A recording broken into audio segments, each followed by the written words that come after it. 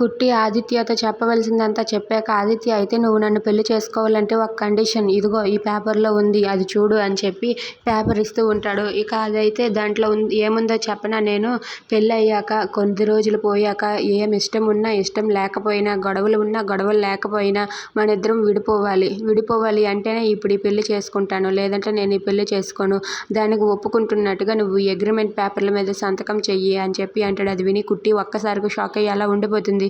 ఎందుకు అలా చేస్తున్నారు అని చెప్పి అంటే, అవును నీ స్వార్థం నువ్వు చూసుకుంటున్నావు, నా స్వార్థం నేను చూసుకోనా, అందుకే ఇప్పుడు నేను మా అమ్మ నాన్న చెప్తున్నారనే నేను ఇలా చేస్తున్నాను తప్ప నా ఇష్టం మీద కాదు, నీకు ఓకే అంటేనే వాటి మీద సంతకం చెయ్యు అని చెప్పి అంటూ ఉంటాడు. దాంతో కుట్టి అయితే నా జీవితం ఏమైపోయినా పర్వాలేదు, జ్యోతమ్మ కోసం నేను ఏదైనా చేస్తాను, సరే ఇలా ఇవ్వండి అని చెప్పి దాని మీద సంతకం చేసేస్తుంది. సంతకం చేసేస్తుంటే ఆదిత్య అయితే ఇంకొకసారి ఆలోచించుకో అని చెప్పి అంటాడు. నేను ఎన్నిసార్లు ఆలోచించినా నేను ఒక నిర్ణయం తీసుకున్నాను, మిమ్మల్ని పెళ్లి చేసుకోవాలని, మిమ్మల్ని పెళ్లి చేసుకొని తీరుతాను అంతే, నా నిర్ణయాన్ని మార్చుకోను, నాకు ఎలాంటి బాధ కలిగినా పర్వాలేదు, నా జ్యోతమ్మకి ఎలాంటి బాధ కలగకుండా నేను చూసుకుంటానని చెప్పి కుట్టి ఆదిత్యతో అంటుంది. అది విని ఆదిత్య అయితే సంతకం పెట్టాక ఆ డాక్యుమెంట్స్ తీసుకొని, ఒక విషయం చెప్పాలి నీకు, ఈ పేపర్స్ రెడీ చేసింది నీ కోసం కాదు, జీవన కోసం, ఆ జీవన నన్ను పెళ్లి చేసుకుంటుందంటే తనతోటే ఇలా సంతకాలు పెట్టించుకుందాం అనుకున్నాను, కానీ నువ్వు కూడా నన్ను పెళ్లి చేసుకుంటాను అన్నావు కదా,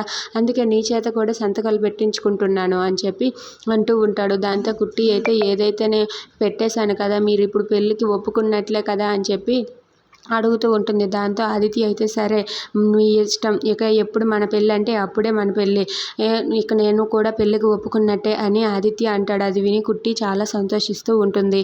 thanks for watching friends, please subscribe.